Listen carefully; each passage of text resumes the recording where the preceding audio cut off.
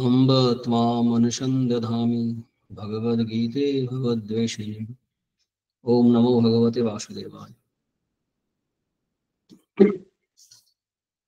পঞ্চম অধ্যায় আমাদের চলছিল, আমরা শেষ করেছিলাম যেখান থেকে শুরু করবো বলেছিলাম 18 নম্বর শ্লোক, যেখানে আছে বিদ্যা বিনয় সম্পন্নে ব্রাহ্মণে গরিহস্থিনী সুনিচৈব সভাকৃতি পণ্ডিতা সমদর্শিনঃ। এই শ্লোক থেকে ব্রহ্মজ্ঞ ব্যক্তির কি অবস্থা হয়,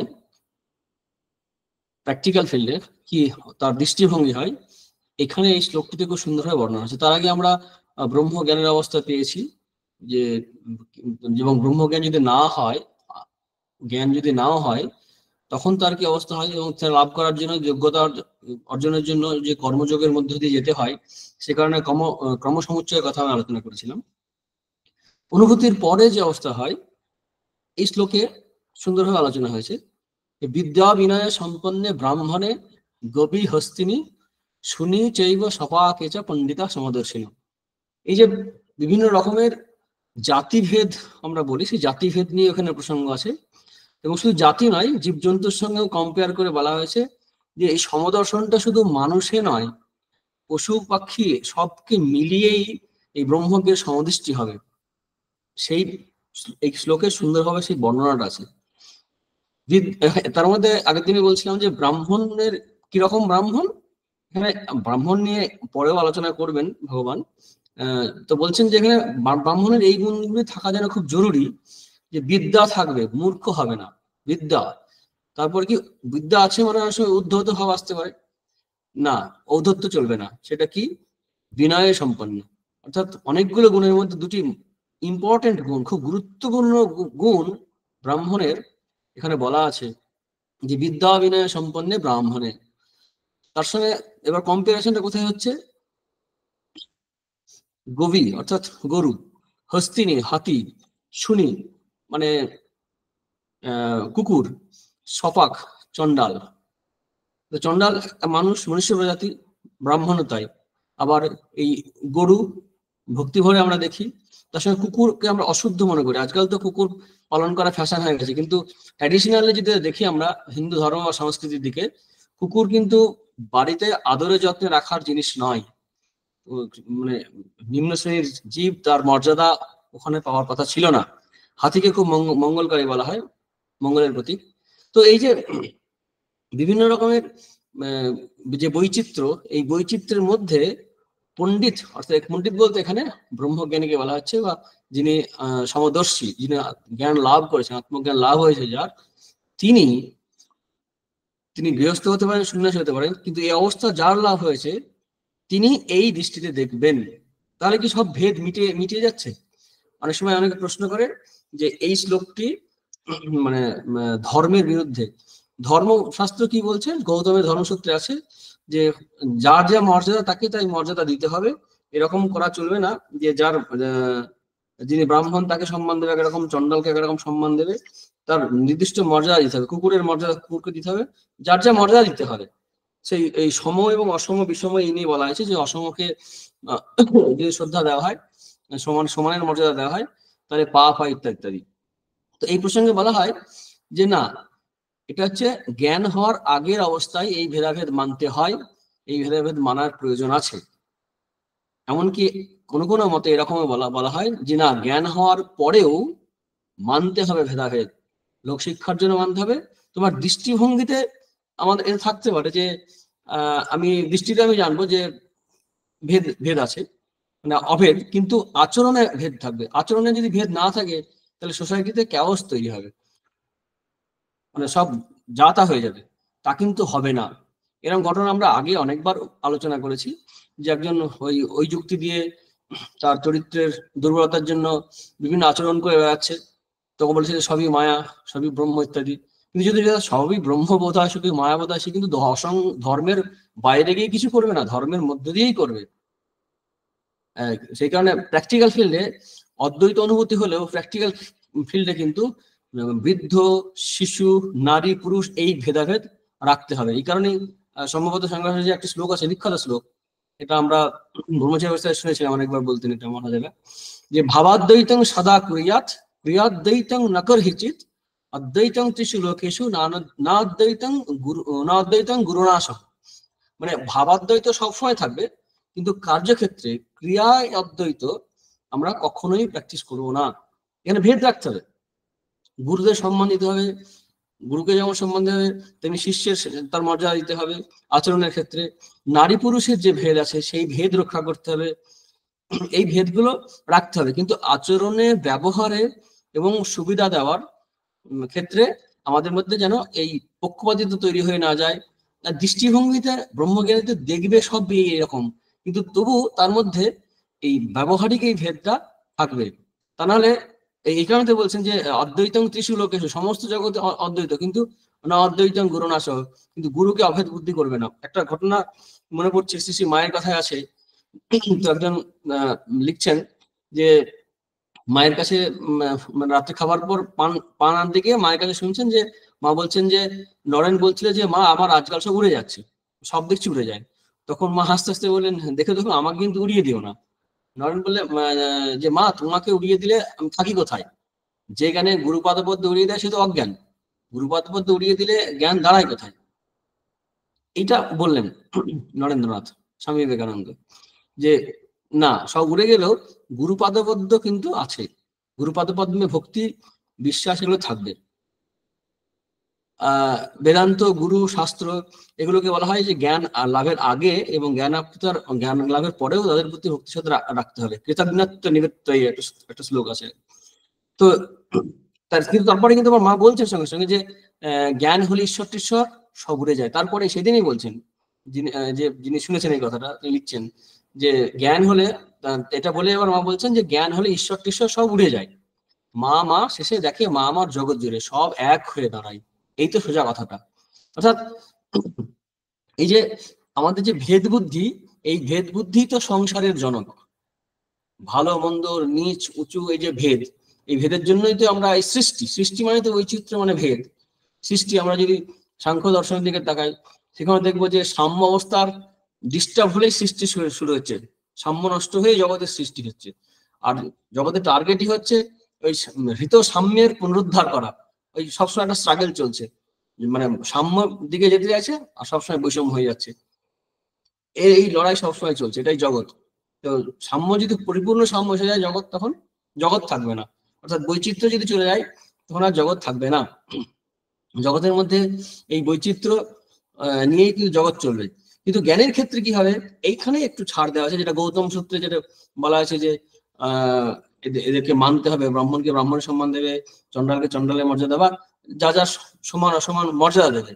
তো সে জ্ঞানী তো মর্যাদা দিচ্ছেন না, যুক্তিগত সঙ্গত হবে। বলছে না, জ্ঞানের দেওয়ার দরকারও নেই, কারণ তার দৃষ্টিতে জগৎ সংসার আর একরকম হয়ে গেছে। তাই জ্ঞানের ক্ষেত্রে এই ব্রহ্মজ্ঞান লাভের আগে পর্যন্ত তার নিয়ম, নীতি, ধর্ম, আদর্শ মানতে হয়। সেই কারণে মা মাঝে মাঝে শ্রী মা দেখাচ্ছেন না যে সাধুদের ক্ষেত্রে একরকম বলছে, ওদের না হলেও চলে বাবা, আমরা সংসারী মানুষ, আমরা গৃহে আছি, আমাদের এগুলো মানতে হয়। অনেক কিছু আচরণ মানার জন্য মা তখন বলছেন। এমনকি মানার ক্ষেত্রে সন্ন্যাসীরাও অনেক বিষয়ে মানেন। এই প্রসঙ্গে মনে পড়লো, গতদিন একটা বলতে বলতে একটা ভুল বলা হয়ে গেছে, আমার মনে হয়েছে যে শ্রীরামকৃষ্ণদেব সন্ন্যাসী ছিলেন না। মানে যারা ব্রহ্মজ্ঞান লাভ করেছেন বলতে গিয়ে বলছিলাম যে শ্রীরামকৃষ্ণ, শ্রীকৃষ্ণ, রামচন্দ্র এরা সবাই সংসারে ছিলেন, তাহলে কি এদেরকে জ্ঞান ছিল না? এটা বলতে গিয়ে শ্রীরামকৃষ্ণকে আমাদের খেয়াল রাখতে হবে। চৈতন্য মহাপ্রভু, তার নাম বলা হয়নি অবশ্য, চৈতন্য মহাপ্রভু এবং শ্রীরামকৃষ্ণ এনারা দুজনেই সন্ন্যাসী ছিলেন। চৈতন্য মহাপ্রভু তো বাহ্য সন্ন্যাস এবং সন্ন্যাসের আচরণ, যা কর্তব্য সব পালন করছেন। শ্রীরামকৃষ্ণদেব এক ধরনের গোপনে সন্ন্যাস গ্রহণ করেছেন। তারপর 3 দিন পর আত্মজ্ঞান যখন লাভ হয়, জ্ঞান লাভ হওয়ার পর আবার তিনি সন্ন্যাসের যে বাহ্য চিহ্ন গেরুয়া, সরাসরি সেইভাবে পোশাক পরতেন না, তার বর্ণনা আমরা পাই। তিনি ধুতি পরতেন, আর যেভাবে থাকতেন এগুলো আমরা সবই আমরা জানি। কিন্তু তবু তিনি কিন্তু সন্ন্যাস গ্রহণ করেছিলেন, এটা একটা ছোট্ট কারেকশন। এবং চৈতন্য মহাপ্রভু সন্ন্যাসী ছিলেন, মানে অবতাররা কেউ সন্ন্যাসী ছিলেন একটা না, অবতাররা সন্ন্যাসী ছিলেন, গৃহ ছিলেন। যেমন শ্রীকৃষ্ণ এবং শ্রীরামচন্দ্র এরা গৃহেই ছিলেন। কিন্তু যেটা বক্তব্য ছিল যে যে যেখানে থাকে না কেন, জ্ঞানের জন্য বাহ্য সন্ন্যাস আবশ্যক নয়, এটা আমাদের বক্তব্য ছিল। বাহ্য সন্ন্যাস না হলে তার আচরণ এবং দৃষ্টিভঙ্গি বদলে যায়। কিন্তু আচরণটা কিরকম হয়? আচরণটা যে যে অবস্থায় আছে সে সেই অবস্থার সেই ভূমিকা পালন করে, সেই ভূমিকা পালন করে। কিন্তু যখন মন সমাধিস্থ হয়ে যায়, একটা উঁচু অবস্থায় চলে যায়, তখন যে কে কি করবে কোনো খেয়াল থাকে না। আমাদের যেমন শাস্ত্রে আছে যে যারা সন্ন্যাস গ্রহণ করে তারা পিতামাতা শ্রাদ্ধ করতে পারে না। কিন্তু যদি সন্ন্যাস গ্রহণ করার পরে শ্রাদ্ধ করতে যায়, অনেক সময় করতে পারে, অর্থাৎ সেই সাধু বা সেই সন্ন্যাসী তার সেই অবস্থা আসেনি, তিনি তার হাত গলিত হস্ত হয়নি। কিন্তু শ্রীরামকৃষ্ণের জীবনে আমরা দেখি যে করতে যাচ্ছেন, করতে পারছে না, সে জল জল গলে যাচ্ছে হাত দিয়ে, একে গলিত হস্ত বলে। এমনি শাস্ত্র অনুসারে সন্ন্যাসী যারা, তাদের এই এই যে কর্ম, পিতামাতার শ্রাদ্ধ প্রভৃতি যে কর্ম, এমনকি নিজেরও শ্রাদ্ধ সন্ন্যাসের পর আর করতে পারে না শাস্ত্র অনুসারে। অন্যথায় কিন্তু শাস্ত্র অনুসারে সবাইকে চলার কথা। তসমাৎ শাস্ত্র প্রমাণান্তে, গীতায় পরেও বলবেন, তসমাৎ শাস্ত্র প্রমাণান্তে, শাস্ত্র অনুসারে চলতে হবে। সেই শাস্ত্রে কিন্তু আমাদের কর্তব্য বুদ্ধি, ভেদ বুদ্ধি ইত্যাদি আছে, এগুলো আমাদের রক্ষা করতেই হবে। কিন্তু জ্ঞানীর ক্ষেত্রে রক্ষা যদি না করে, তার কিন্তু কোনো প্রত্যবায় বা পাপ হয় না। যদিও জ্ঞানী এই ভেদ বা ইত্যাদি রক্ষা করেন, কিন্তু তার দৃষ্টিভঙ্গি বদলে যায়। ওই যেটা শ্রী মা বলছিলেন যে জ্ঞান হলে ঈশ্বর টিশ্বর সব উড়ে যায়, মা শেষে দেখে মা আমার জগৎ জুড়ে সব এক হয়ে দাঁড়ায়। এই তো সোজা কথাটা।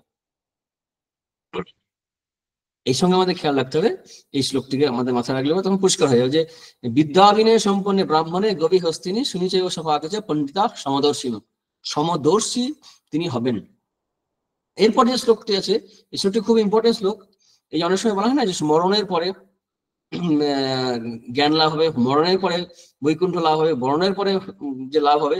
আমাদের শাস্ত্র পরিষ্কার করে, উপনিষদও বলছে, গীতায় বলছেন, এখানে এই মুহূর্তে হবে, অন্য কোথাও নয়। আমি যদি সচ্চিদানন্দ স্বরূপ হই, তাহলে পরে গিয়ে হবে এমন নয়। পরে হলে তো আবার একটা প্রচেষ্টার দ্বারা হলাম, যেটা হয় সেটা কিন্তু আবার চলে যায়। হওয়া যদি হয়, পাওয়া যদি হয়, কোনো জিনিস যা পেয়েছি একদিন হারিয়ে যাবে। আমি যদি কিছু হয়ে চাই, সেই হওয়াটা বিভিন্ন কারণে হয়েছি, সেটা সেই কারণগুলো সরে গেলে আবার সেখান থেকে আমি স্খলন হতে পারে। আমাদের শাস্ত্র বলছেন যে না, আমাদের যে স্বরূপ তা হওয়ারও নেই, পাওয়ারও নেই, আমি আছি, শুধু অজ্ঞান আবরণ আছে, সেই অজ্ঞানটা দূর করতে হবে। তাই অজ্ঞান দূর হয়ে গেলে অন্য কোথাও নয়, এখানে এই শরীরে, এই মনুষ্য শরীরেই, স্ত্রী বা পুরুষ যে যে শরীর আমরা ধারণ করেছি, এই শরীরেই আমরা উপলব্ধি করব কি সচ্চিদানন্দ স্বরূপ। এবং এই বিদ্যা বিনয় সম্পন্ন ব্রাহ্মণ যে বলা হলো, এই অনুভূতি আমাদের হওয়ার কথা। কি বলছেন, ইহৈবতৈর্জিত স্বর্গ ইয়ে সং সাম্যে স্থিতং মনঃ নির্দোষং হি সমং ব্রহ্ম তস্মাৎ ব্রহ্ম নিতে স্থিতাঃ। এই যে নির্দোষ এবং কোনো দোষ নেই ব্রহ্মের মধ্যে, কোনো দোষ স্পর্শ পর্যন্ত করে না, এই সমরূপ সমস্ত কিছুতে। এই বিখ্যাত শ্লোক, এই শ্লোকটি অনেকে অনেক সময় কোট করেন যে ইহৈব মানে এই এখনই। স্বামী রঙ্গনাথ মহারাজ বলতেন, not in some fully seven, মানে অন্য স্বর্গটাকে নয়, এখানে এই মুহূর্তে, নাও ইটসেলফ, হিয়ার ইটসেলফ, এখন এই মুহূর্তে। আমি জানি আর না জানি, অজ্ঞানী এবং জ্ঞানী দুজনেই কিন্তু স্বরূপত ব্রহ্ম। একজন জানে মানে স্বস্বরূপ বোধ করেছে, একজন করেনি। কিন্তু তার মানে এই নয় আমি জানি না মানে আমার বাড়িতে কত টাকা আছে যদি না জানি, তার মানে এই নয় যে নেই, তা নয়, আছে, আমি জানি না মাত্র। এই জানার সঙ্গে সঙ্গে আমাদের আচরণের মানে পরিবর্তন হয়ে যায়। এই জানাটাই খুব ইম্পর্টেন্ট। আর একটা ঘটনা মনে করছে যে এই জানলে পরে কি লাভ হয়। একবার শ্রী মা বলছেন সারদা দেবী যে একটা পুকুরে একটা পাথর ছিল, তো অনেকেই নামতো, পাটা ঘষে স্নান টান করে গ্রামের দিকে থাকে, উঠে আসছে। তো সবাই ওইভাবে ব্যবহার করেছে, অর্থাৎ পাথরের ব্যবহারটা এরকম ছিল। এবার কিছুদিন পর একজন শহর থেকে একজন জহুরি, মানে জহর যে চেনে বা সোনার কাজ করে, তিনি এলেন। তিনি একদিন ওইখানে সবার সঙ্গে গিয়ে স্নান করতে গিয়ে হঠাৎ করে দেখলেন, আরে এই পাথরটা তো কিরকম লাগছে। উনি ভালো করে দেখলেন, আর এটা তো দামি পাথর, মূল্যবান পাথর। উনি পাথরটা নিয়ে তখন তার ব্যবহারটা দিলেন। অর্থাৎ এই যে জ্ঞান আছে ওনার, যে এইটা পাথর, পাথরের মানে এমনি পাথর নয়, এই পাথর অন্য পাথর, এবং এর মর্যাদা ওই জ্ঞান হওয়ার জন্য এর ব্যবহারটাও বদলে গেল। তো আমাদের ক্ষেত্রেও তাই, আমাদের জীবনের দৃষ্টিভঙ্গি নিজেদের প্রতি এবং অন্যের প্রতি। ব্রহ্মজ্ঞান মানে এরকম নয় যে আমি নিজেকে ভাববো আত্মজ্ঞ ব্রহ্মজ্ঞ আর বাকি সব গরু ছাগল, মানে হীন অর্থে আর কি, একদমই না। যেদিন যে মুহূর্তে কারো জ্ঞান হবে আমি সচ্চিদানন্দ স্বরূপ, তার এবোধ হবে জগৎ সংসার সবকিছুই ব্রহ্মময়, ঈশাবাস্যমিদং সর্বম। করতে হবে না, অটোমেটিক অনুভব করবে। সেই রকম ব্যক্তি কি হবে, এই যে সমান যে ব্রহ্মস্বরূপ, নির্দোষ যে ব্রহ্ম, তিনি অনুভব করবেন সর্বত্র। এবং তিনি তার যে জন্ম হয় প্রারব্ধ বা অন্যান্য যে কর্ম মিলে প্রারব্ধ অনুসারে জন্ম হয়, কিন্তু তার পিছিয়ে অনেক বোঝা থাকে, সঞ্চিত কর্মের বোঝা নিয়ে আসে, আর প্রারব্ধ নিয়ে কাজ শুরু করে, জীবনটা শুরু করে, আর নতুন কাজ করতে থাকে, তাদের আগামী বা সঞ্চয়মান কর্ম হতে থাকে, আগামী কর্ম। কিন্তু যখন জ্ঞান লাভ হয়, তখন তার এই প্রারব্ধ শরীরটা থাকে বটে, কিন্তু তার অন্য কর্মগুলো ফলপ্রসব করবে না বা নষ্ট হয়ে যাবে, ভর্জিত বীজের মতো, ভাজা যে বীজ, সেখান থেকে অঙ্কুর হবে না। তেমনি এমনি স্বর্গ অর্থাৎ সৃষ্টি, এখানে স্বর্গ মানে দন্তের স্বরে ভয়ে নয়, স্বর্গ মানে হেভেন বাই অর্থ নয়, স্বর্গ মানে যে সৃষ্টি অর্থাৎ জন্মান্তর, তার আর জন্মান্তর হবে না। অপুনরাবৃত্তি আগে আমরা পেয়েছি, সেই অপুনরাবৃত্তি আর গচ্ছন্তি অপুনরাবৃত্তি, সে আর জন্ম হয় না। সে কি হবে, এখনই এই জন্মে এই মুহূর্তে ইহৈবতের জিত সঙ্গে, সেই রকম ব্যক্তি বা সাধকের দ্বারা, তাদের দ্বারা জিত হয়ে যায় স্বর্গ অর্থাৎ জন্মান্তর বা সৃষ্টি জন্ম হয়ে যায়। যাদের মন, এই মন হচ্ছে খুব ইম্পর্টেন্ট, মনের দ্বারাই তো সবকিছু হবে। সাম্যে স্থিতাং মনঃ, এখানেই হবে। এই যে আত্মজ্ঞান যা লাভ হয়ে গেল, তখন তার কাছে কিন্তু আর প্রিয় অপ্রিয় থাকবে না। আমার কাছে মনে হতে পারে প্রিয়, অন্যের কাছে মনে হতে পারে প্রিয়, সে সংস্কার বশত প্রারব্ধবশত যা আসবে তার সে সমানই মর্যাদা পাবে। এখন মানুষের মধ্যে মানে তার কাছে প্রিয় অপ্রিয় থাকবে না, আসলে প্রিয় অপ্রিয় থাকবে কি করে, তার কাছে তো সবই তো এক বোধ হয়ে যাচ্ছে। সেই কারণে এই পরের শ্লোকেই বলছেন, ন প্রহিষ্যেত প্রিয়ং প্রাপ্য নোদ্বিজেত প্রাপ্য চা প্রিয়ম স্থির বুদ্ধি অসংমোর ব্রহ্মৈবেদ ব্রহ্ম নিশ্চিত হয়। এই যে আত্মজ্ঞান লাভ হয়ে যাচ্ছে, তখন তার তো মোহ চলে যাচ্ছে অসম্মূঢ়, এবং তার বুদ্ধি তো স্থির হয়ে যাচ্ছে, তার সে অনুভব হয়ে যাচ্ছে, সবকিছুতে দেখছে ব্রহ্ম, তখন অনুভূতি হচ্ছে, যখন আত্মস্বর্গের অনুভূতি হচ্ছে, ব্রহ্মের অনুভূতি হচ্ছে, তার ফলে কি হয়েছে, সে সবকিছুতেই ওই বিদ্যাবিনয় ব্রহ্মের গভীর হস্তিনী সবের মধ্যে যে দেখছে, ঠিক সেই কারণে তার কাছে কিছু প্রিয় এবং অপ্রিয় থাকছে না। এবং সেই কারণেই প্রিয় পেলে খুব যে উৎফুল্ল হয়ে পড়ছে, এবং অপ্রিয় পেলে টেনশনে চলে যাচ্ছে, খুব উদ্বিগ্ন হয়ে পড়ছে, তা কিন্তু উদ্বেগও হচ্ছে না। ন প্রহিষ্য প্রিয়ং প্রাপ্য, এতে ব্রহ্মবিদের আচরণ, এইগুলো আচরণের মধ্যে পড়ছে। জ্ঞান লাভ হলে কি হয়, জ্ঞানের লাভের ফল আলোচনা হচ্ছে। এরপর আবার আরো এই ফল এবং সাধনা দুটোই বলা যেতে পারে।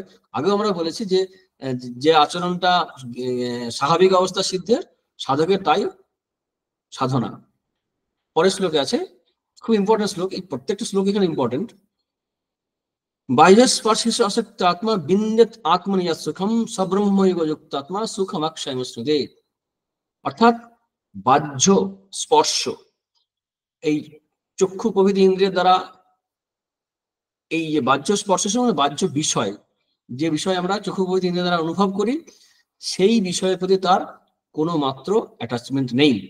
অশক্ত আত্মা, অশক্ত চিত্ত মানে অদন্ত, অশক্ত মানে আনঅ্যাটাচড, অ্যাটাচমেন্ট নেই।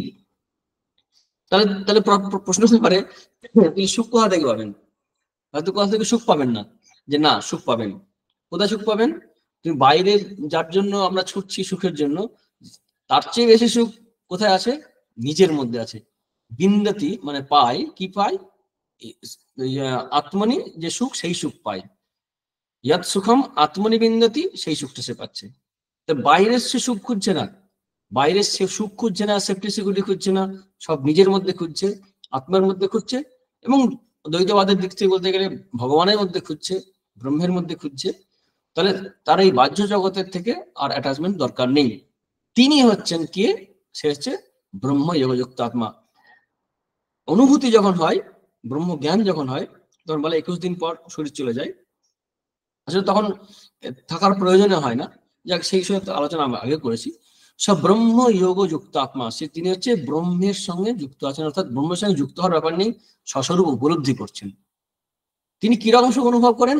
অক্ষয় সুখ, সুখম অক্ষয় বস্তুতে, এই দুবার সুখ কথাটা আছে। সেই সুখ পায় কোথা থেকে? আত্মা থেকে, চৈতন্য থেকে, ব্রহ্ম থেকে। এবং সেই সুখ কিরকম? বাহ্য স্পর্শে যে সুখ হয়, সেই সুখটা আসে চলে যায়, থাকে না। আবার সেই সুখের মধ্যেও যখন সুখ আমরা উপভোগ করি, তখন সেই বিচ্ছেদ থাকে। একটা ঘটনা মনে পড়ছে আবার, পূজনীয় ভূতচন্দ্র মহারাজ আমাদের সঙ্গে দ্বাদশ অধ্যক্ষ, সংঘাধ্যক্ষ, তিনি বলছিলেন এই ঘটনাটা, যে একটি ছেলে আইসক্রিম খাচ্ছে, প্রথমে আইসক্রিম খাওয়ার জন্য কাঁদছে, আইসক্রিম চাই তার, তো আইসক্রিমটা নিয়েছে, সম্ভবত মহাজি বলেছেন ঘটনাটা। তো আইসক্রিমটা খেতে খেতে আবার কাঁদছে। কাঁদছে কেন? যে ফুরিয়ে যাচ্ছে যে, অর্থাৎ ভোগ কালেও দুঃখ, কারণ ভোগের বিষয় অনিশ্চয়তা নেই, হয় শেষ হয়ে যাবে বা কেড়ে নিতে পারে বা যা কিছু হতে পারে, আমাদের যে টেনশন গুলো হয়, বা আমারও শরীর খারাপ হতে পারে, হতেই পারে।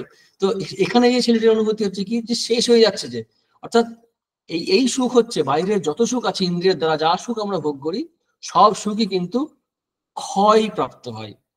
এই যে আত্মনিয়াত সুখম, সেটা যে অক্ষয়ম, অর্থাৎ ক্ষয় পায় না, অক্ষয় সুখ প্রশ্নতে। তারপরে একই ধরনের কথাই বলছে পরের শ্লোকে, এই সংস্পর্শ যা ভোগা দুঃখ জানাই এগোতে। এই যে বাহ্য স্পর্শ ত্যাগ করার কথা বললেন, বলছেন যে এই যে সংস্পর্শ থেকে বিষয় ইন্দ্রিয়ের যে সংযোগের ফলে যে সুখ হয়, সেই সুখ হচ্ছে কি দুঃখ যৌনয়। ভোগেও যুগ মানে এই ভোগ বলতে আমরা এই যে ভোগ, এখানে সংস্পর্শ যা ভোগা, আমরা দুঃখকেও ভোগ বলে, কিন্তু আমরা বলে না দুঃখ ভোগ করেছে, কষ্ট ভোগ করে, এই সব রকম ভোগ বলতে অ্যাকচুয়ালি আমাদের ভারতীয় শাস্ত্রে বেশিরভাগই বলা হয় যেটা এক্সপিরিয়েন্স করে, অনুভব করে, অনুভূতি হয়, ইন্দ্রিয় অনুভূতি। সুখ হতে পারে, দুঃখ হতে পারে, রাগ দেশ হতে পারে, এই অনুভূতি, এই পাঁচটি ইন্দ্রিয়ের দ্বারা আমরা সুখ ভোগ করি, অনুভব করি, দেখি জগৎকে। এর মধ্যে সবচেয়ে নিম্ন শ্রেণী হচ্ছে কি স্পর্শ। আমরা বলেছি আগের দিন, টাচ, স্পর্শ। স্পর্শ থেকে আমরা সুখ অনুভব করি, এই স্পর্শ সুখ। চক্ষু কর্ণাশয় জিহ্বা ত্বক, তার মধ্যে চর্ম। আমাদের শাস্ত্রকারেরা সমস্ত ইন্দ্রিয়গুলোকে তীক্ষ্ণ করতে বলেছে, কিন্তু একমাত্র স্পর্শ ইন্দ্রিয়কে তীক্ষ্ণ করতে কখনো কোনো শাস্ত্র আমাদের বলছে না। ওই জায়গাটা বলছে চোখ ভালো তীক্ষ্ণ করো দেখার জন্য, কান শ্রবণের জন্য, নাসিকাগ্র খুব তীক্ষ্ণ হোক, কিন্তু স্পর্শেন্দ্রকে অ্যাক্টিভ করা দরকার নেই। কারণ জীব যত নিম্ন শ্রেণী হয়, সে স্পর্শ থেকে সুখ অনুভব করে। স্পর্শ হচ্ছে জীবের নিম্ন শ্রেণীর, এবং মনুষ্য জীবের প্রকৃতি মানে যারা মানুষ, তাদের ক্ষেত্রে যারা স্পর্শ সুখের জন্য লালায়িত, তারা ততটা নিম্ন শ্রেণীর। এবং অনেক সময় দেখা যায় কি, এটাই আমাদের চরিত্রের সবচেয়ে বড় দুর্বল দিকগুলোকে প্রকাশ করে দেয়। সেখানে স্পর্শ সুখটাকে অ্যাভয়েড করতে বলা হয়েছে। এর সঙ্গে কিন্তু খেয়াল রাখতে হবে, স্নেহ ভালোবাসা যে সম্পর্ক, সেটাকে গুলিয়ে ফেলে চলবে না এই স্পর্শ বা টাচের কথা বলতে গিয়ে। যাই হোক, তো এই যে ইন্দ্রিয় থেকে যে সুখগুলো হচ্ছে, সেই সুখগুলো কি দুঃখ ইয়নয়, অর্থাৎ দুঃখ ইয়নি, অর্থাৎ দুঃখের কারণ হয় এগুলোকে। আর তার সঙ্গে একটা যুক্তি দিয়েছেন কি, আদি অন্ত আছে, আদ্যন্তবাত কোনতে না তেসু রামতে বুধ। সেখানে বুধ অর্থাৎ বুদ্ধিমান পণ্ডিত ব্যক্তি, জ্ঞানী ব্যক্তি এই সুখ আর আনন্দ অনুভব করেন না। এই বলতে বলতেই আবার পরের শ্লোকে বলছেন, আমাদের প্রবল যে রিপু আছে, ষড়রিপুর মধ্যে সবকেই ইন্ডিকেট করছে কাম আর ক্রোধ, এই বেগ সহ্য করার কথা বলছেন। শক্নতিহৈ বৈশরুম প্রাক শরীর বিমোক্ষণাৎ কাম ও ক্রোধোদ্ভব বেগং সংযুক্ত সুখী নর। বেগ, কারেন্ট, স্রোত। এই কাম ক্রোধ থেকে যে বেগ, যে উন্মাদনা তৈরি হয়, সেটা যে সহ্য করতে পারে, ধারণা করতে পারে, এখানে ধারণা করার কথা বলা হয়েছে। শক্নতি ইহাই বা সরুম, সহ্য করার কথা বলা হচ্ছে, অন্য ধারণা করার কথা বলা হচ্ছে। কখন পর্যন্ত না, প্রাক শরীর বিমোক্ষণ, শরীর ত্যাগ করার আগে পর্যন্ত। একমাত্র আত্মজ্ঞান হলে, ঈশ্বর দর্শন হলেই এই কামনা বাসনা, বৃহত্তর অর্থে সমস্ত কামনা বাসনাকে বলা হচ্ছে, এবং তার জন্য যে ক্রোধ হয়, সেই ক্রোধ, এই ঈর্ষা টির্ষা সবই পড়ে যাবে এর মধ্যে। তো এই যে এইগুলো থাকবে কতদিন পর্যন্ত শরীরের মধ্যে আমার থাকে, একদম শরীর ত্যাগ হওয়ার আগে পর্যন্ত এক এক ফর্মে থাকবে কামনা বাসনা ক্রোধ সবগুলোই। কামনার জন্য তো ক্রোধ গুলো হবে, এবং বৃহত্তর অর্থে বটে, ক্ষুদ্র অর্থেও বটে। বৃহত্তর অর্থের মধ্যে কামনা, সেই কামনার মধ্যে নামের কামনা, যশের কামনা হতে পারে, শারীরিক যে আদিম প্রবৃত্তি, যৌন প্রবৃত্তি, সেই কামনাও হতে পারে। সেই কামনা শরীর দুর্বল হয়ে যেতে পারে, কিন্তু শরীরে না থাকলেও মনে থাকতে পারে। কোন সেই কাম্য ভোগ্য বিষয়ে আমরা শুনছি, আনন্দ পাচ্ছি, এনজয় করছি, শরীরে হয়তো পেট ভালো নেই, খেতে পারবো না, কিন্তু তবু খাবার দেখে বা খাবারের কথা ভেবে আমাদের সুখ আনন্দ হয়, বা একটু হয়তো টাচ করছি, খাচ্ছি। তো এই ভোগের বিষয়ের আকাঙ্ক্ষা বা আগ্রহ, সে শারীরিক আদিম প্রবৃত্তির হতে পারে, অথবা আমরা যে চোখ কান দিয়ে দেখে শুনি সবকিছু হতে পারে, সমস্ত কিছুই বাসনা। এখানে মেনলি টার্গেট করেছে ডাইরেক্টলি একদম কাম আর ক্রোধকে। এর বেগ সহ্য করা সবচেয়ে কঠিন। কতদিন মধ্যে থাকে এর বেগ? বলছে একদম মৃত্যু পর্যন্ত থাকে।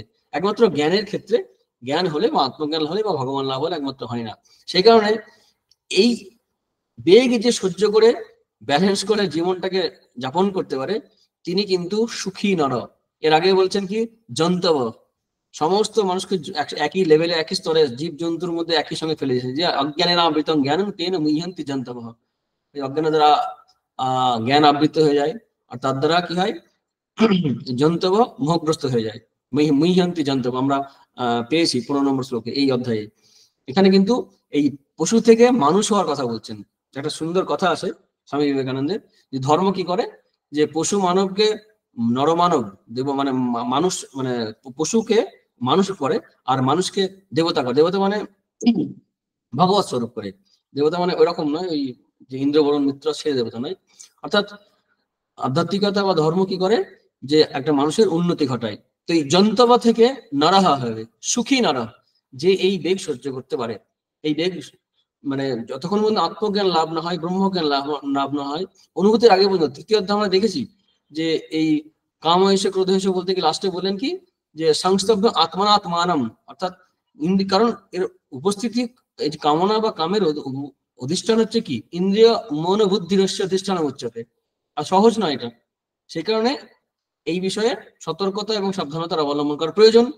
এবং যখনই আমাদের কামনা বাসনা তৈরি হয়, একদম শুরু থেকে যদি আমরা সচেতন থাকি, তাহলে এগুলোর বেগ কন্ট্রোল করা যায়। এ নিয়ে অনেক আলোচনা আছে। তো একটা ঘটনা মনে পড়লো, তুরিয়ানজি মহারাজ তখন ছিলেন এতে সম্ভবত কাশিতে। প্রসঙ্গ উঠলো যে একটা কথা আছে না, বিখ্যাত কথা, পূর্বে সাধু উর্বে ছাই তবে সাধুর গুণ গায়। তো মহারাজ বললেন যে, ওদেরকে বলছেন যারা শুনছিলেন, যে এটা কোথা থেকে এসছে জানিস, মানে এই গল্পটার সূত্রটা কি। তখন উনি সেই বীরবলের কাহিনী, আকবর বাদশার যে সভাকবি, যে একজন পার্শ্বদ এর মধ্যে ছিল, পার্শ্বদিতে বলে না কি জানি। তো বীরবল খুব হাস্যরসিক ছিলেন। তো বীরবলকে একদিন বাদশাহ প্রশ্ন করছেন যে, তুমি তোমার মাকে জিজ্ঞাসা করে তোমার মায়ের মধ্যে থেকে কাম গেছে কিনা। একদম ডাইরেক্টলি, মানে বোঝা যাচ্ছে প্রবৃত্তির কথা বলা হচ্ছে। তখন বীরবল চিন্তায় পড়ে গেল। বীরবল মাতৃভক্ত, বাড়ি গেছে, খুব মন নেই, খাওয়া দাওয়া ঠিক মতো মন দিতে পারছে না। মা হঠাৎ করে মাথায় হাত বুলিয়ে জিজ্ঞাসা করছে, কি হলো বাবা, কি হয়েছে, খোঁজ খবর নিলেন। কিন্তু মাতৃভক্ত বীরবল তিনি খুব মানে নির্দ্বিধায়, মানে খুব কষ্ট হলেও উনি মাকে বললেন। মা ছিলেন বীরবলের মা, খুবই বুদ্ধিমতী। তিনি বললেন, ঠিক আছে, এই প্রশ্নের উত্তর আমি দিয়ে দেবো, পরে নিয়ে যাবি। তো ওই 20 ঘর নাকি বলে, 20 ঘর কৌটো, মানে একটা একটা করে খুললে পরে 20টা লাস্টে ছোট্ট একটা কৌটো থাকবে। তো ওর মধ্যে একটু ছাই দিয়ে দিলেন। তারপরে সেগুলোকে একটার পর একটা এঁটে দিয়ে বললেন, এটা নিয়ে গিয়ে তো বাদশাকে দিয়ে, বাদশাকে বুঝে যাবেন। তো ওটা নিয়ে গিয়ে বাদশাকে যখন দিল রাজসভায়, পরে উনি একটা একটা খুলে খুলে ওই ছাই যখন পেলেন লাস্টে, তখন বুঝতে পারলেন, তখন উনি বললেন, হ্যাঁ উত্তর পেয়ে গেছি। তো আসলে এইটা, এই যে পূর্বে সাধু উর্বে ছাই তবে সাধুর গুণ গায়, এটা এসছে এইখান থেকে কাহিনীটা এসছে।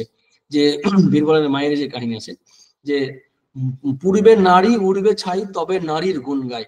এখানে নারী হোক আর পুরুষ হোক, যে হোক না, বিষয় হচ্ছে, বক্তব্য হচ্ছে, আমাদের শরীরের মধ্যে কামনা প্রবৃত্তি আমৃত্যু থাকতে পারে না, থাকে, হয় সাবকনসিয়াস মাইন্ডে বা কনসিয়াস মাইন্ডে।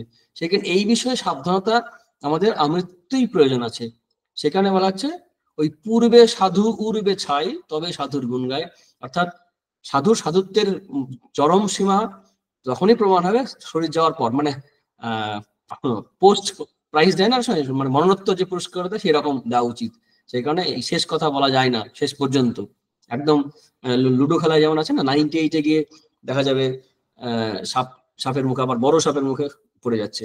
তো জীবনে কখন কোন সময় যে কি মোড় নেবে ঠিক বোঝা যায় না। একমাত্র জ্ঞান হলে, আত্মজ্ঞান লাভ হলে, ঈশ্বর দর্শন হলে একমাত্র তবু নিরাপদ,